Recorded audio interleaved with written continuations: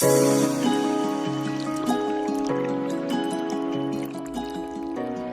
parcours des personnes réfugiées sont inévitablement des expériences de classe.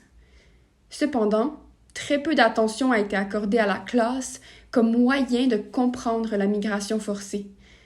Dans cette vidéo, nous montrons comment la classe s'entrecroise avec d'autres rapports de force pour influencer la sélection et le parrainage des personnes réfugiées au Canada.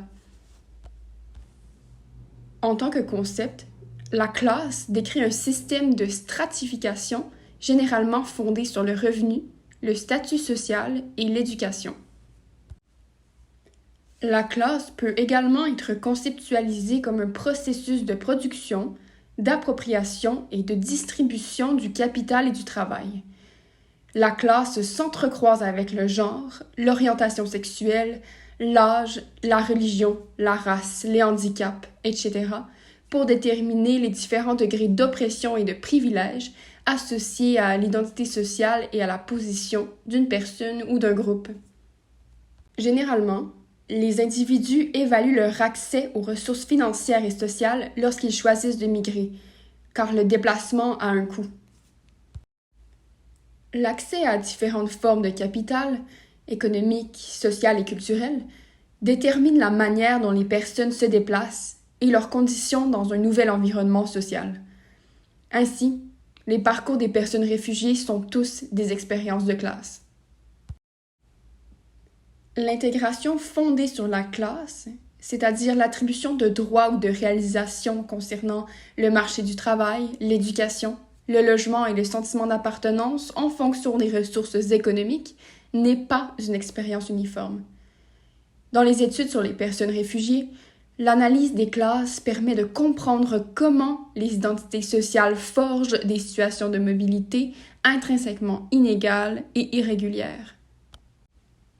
Nous allons maintenant nous pencher sur deux exemples qui illustrent la façon dont la classe sociale se manifeste dans les politiques canadiennes à l'égard des personnes réfugiées. La sélection des réfugiés et le programme de parrainage privé des réfugiés. Premièrement, alors que les personnes réfugiées ont toujours été sélectionnées pour des raisons humanitaires pour être admis au Canada, des programmes récents ont mis l'accent sur leurs compétences et le capital humain. Par exemple, le projet pilote sur la voie d'accès à la mobilité économique, lancé en 2018, donne la priorité aux personnes réfugiées qui possèdent des compétences en demande, identifiées par les gouvernements provinciaux ou par les employeurs du secteur privé.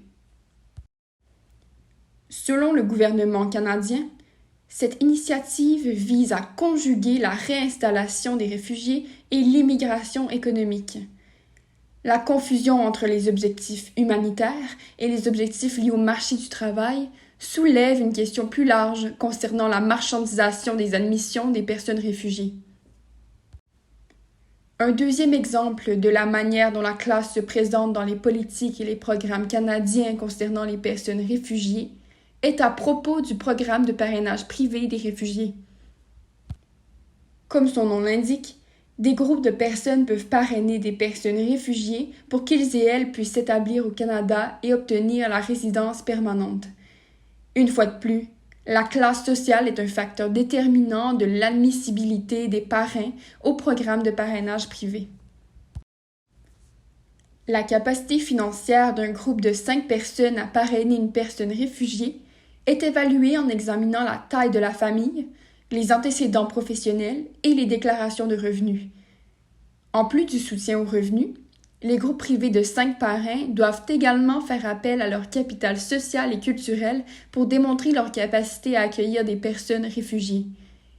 Les identités de classe des parrains, compétences linguistiques, niveau d'éducation et étendue des réseaux sociaux jouent un rôle important dans le succès des demandes de parrainage et déterminent les résultats de l'intégration des personnes réfugiées parrainées. En résumé, la classe joue un rôle déterminant dans la formation des identités sociales et des positions des différents groupes de migrants. La compréhension des identités de classe et de leurs implications dans la migration forcée demeure limitée. Dans cette vidéo, nous avons montré comment les qualifications utilisées comme indicateurs de classe deviennent de plus en plus importantes dans la sélection des personnes réfugiées, notamment par de nouvelles voies permettant de les sélectionner en fonction de leur contribution anticipée à l'économie et à la société canadienne. La classe est également évoquée de manière complexe dans le programme de parrainage privé des réfugiés. Ce ne sont là que 2 exemples de la manière dont les expériences des personnes réfugiées sont façonnées par la classe sociale. Davantage de recherche et de travail de mobilisation sont nécessaires pour comprendre l'impact de la classe sociale dans les études sur l'immigration forcée et sur les expériences vécues par les personnes réfugiées et demandeuses d'asile.